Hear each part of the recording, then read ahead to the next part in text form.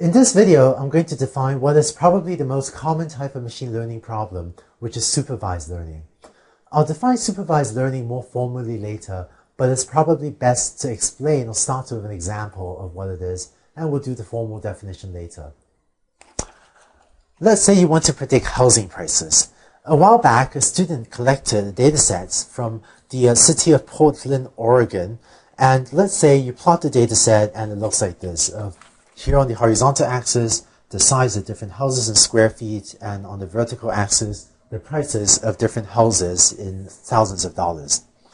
So, given this data, let's say you have a friend who owns a house that is, say, 750 square feet, and they're hoping to sell the house, and they want to know how much they can get for the house. So, how can a learning algorithm help you? One thing a learning algorithm might be able to do is put a straight line through the data, or sort of fit a straight line to the data, and based on that, it looks like maybe their house can be sold for maybe about $150,000. But maybe this isn't the only learning algorithm you can use, and there might be a better one. For example, instead of fitting a straight line to the data, we might decide that it's better to fit a quadratic function or a second-order polynomial to this data. And if you do that and make a prediction here, then it looks like, well, maybe they can sell the house for closer to $200,000. One of the things we'll talk about later is how to choose and how to decide, do you want to fit a straight line to the data or do you want to fit a quadratic function to the data? And there's no fair picking whichever one gives your friend the better house to sell. But each of these would be a fine example of a learning algorithm. So this is an example of a supervised learning algorithm.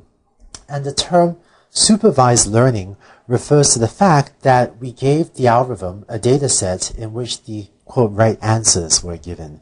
That is, we gave it a data set of houses in which for every example in this data set, we told it what is the right price, or what was the actual price that that house sold for. And the task of the algorithm was to just produce more of these right answers, such as for this new house, that your friend may be trying to sell. To define a bit more terminology, this is also called a regression problem. And by regression problem, I mean we're trying to predict a continuous valued output, namely the price. So technically, I guess prices can be rounded off to the nearest cent, so maybe prices are actually discrete value, but usually we think of the price of a house as a real number, or as a scalar value, as a continuous value number.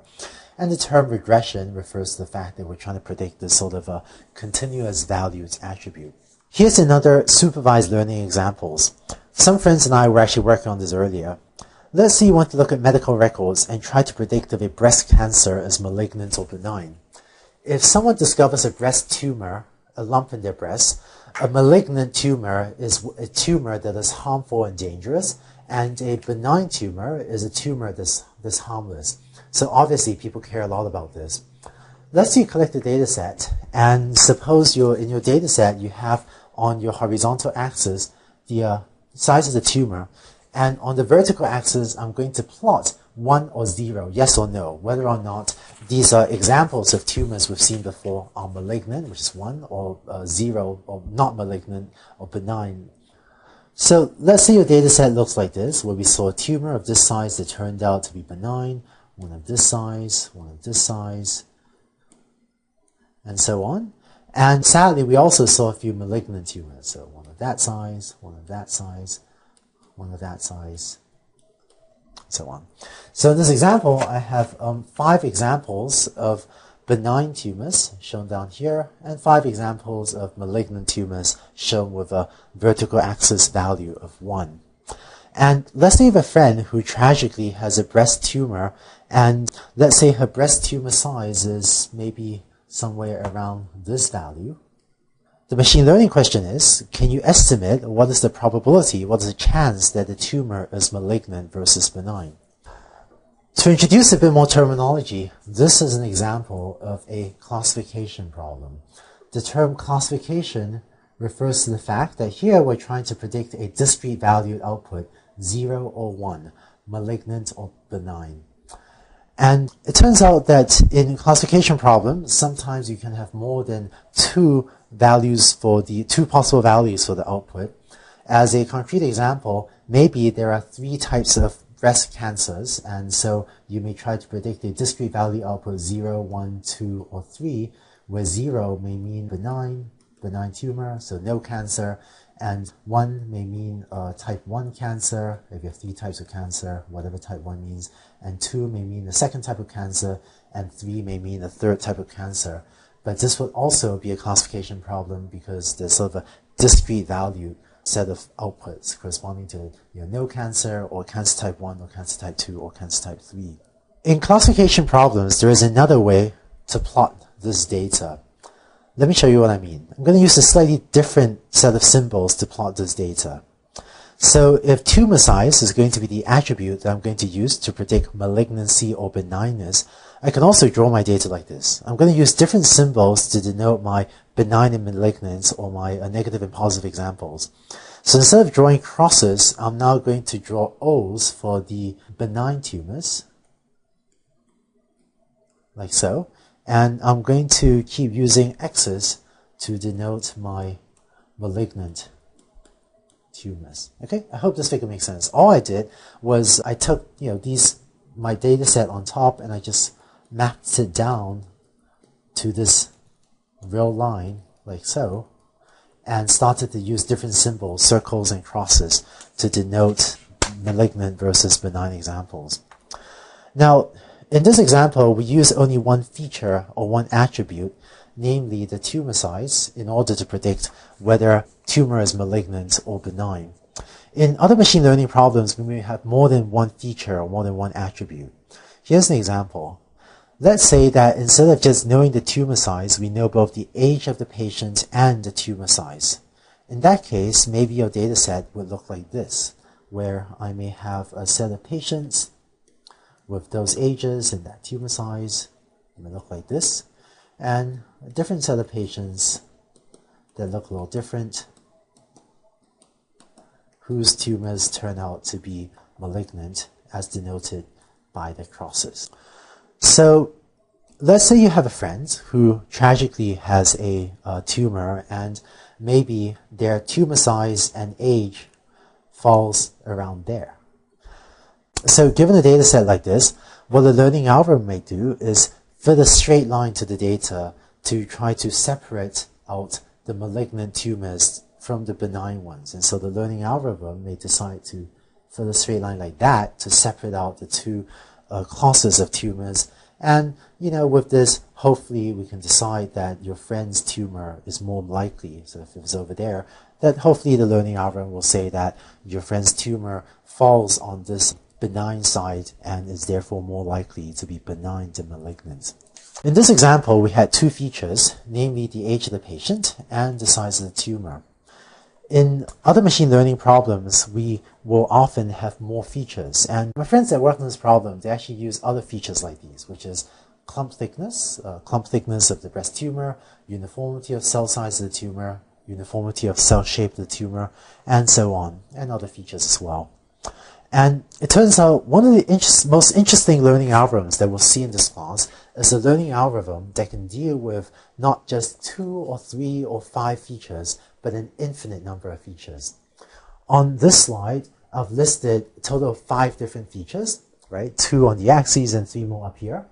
But it turns out that for some learning problems, what you really want is not to use like 3 or 5 features, but instead you want to use an infinite number of features, an infinite number of attributes, so that your learning algorithm has lots of attributes or features or cues with which to make those predictions. So how do you deal with an infinite number of features? How do you even store an infinite number of things on a computer? Your computer's going to run out of memory. But it turns out that when we talk about an algorithm called the support vector machine, there'll be a neat mathematical trick that will allow a computer to deal with an infinite number of features. Imagine that I didn't just write down, 2 features here and 3 features on the right, but imagine that I wrote down an infinitely long list. I just kept writing more and more and more features, like an infinitely long list of features. Turns out we'll be able to come up with an algorithm that can deal with that. So just to recap, in this class we'll talk about supervised learning, and the idea is that in supervised learning, In every example in our data set, we are told what is the, quote, correct answer that we would have quite liked the algorithm to have predicted on that example, such as the price of the house or whether a tumor is malignant or benign. We also talked about the regression problem, and by regression, that means that our goal is to predict a continuous valued output, and we talked about the classification problem, where the goal is to predict a discrete valued output. Here's a quick wrap-up question. Suppose you're running a company and you want to develop learning algorithms to address each of two problems. In the first problem, you have a large inventory of identical items. So imagine that you have thousands of copies of some identical item to sell, and you want to predict how many of these items you sell over the next 3 months. In the second problem, problem 2, you have lots of users and you want to write software to examine each individual of your customers' accounts, so each one of your customers' accounts, and for each account, decide whether or not the account has been hacked or compromised. So, for each of these problems, should they be treated as a classification problem or as a regression problem? When the video pauses, please use your mouse to select whichever of these 4 options on the left you think is the correct answer. So hopefully you got that this is the answer. For problem 1, I would treat this as a regression problem, because if I have thousands of items, well, I would probably just treat this as a real value, as a continuous value, and treat therefore the number of items I sell as a continuous value.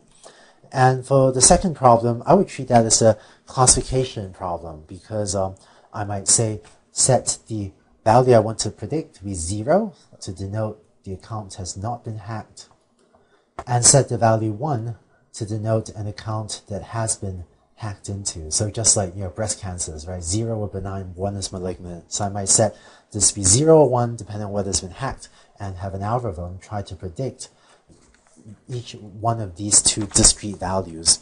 And because that's a small number of discrete values, I would therefore treat it as a classification problem. So that's it for supervised learning. And in the next video, I'll talk about unsupervised learning, which is the other major category of learning algorithm.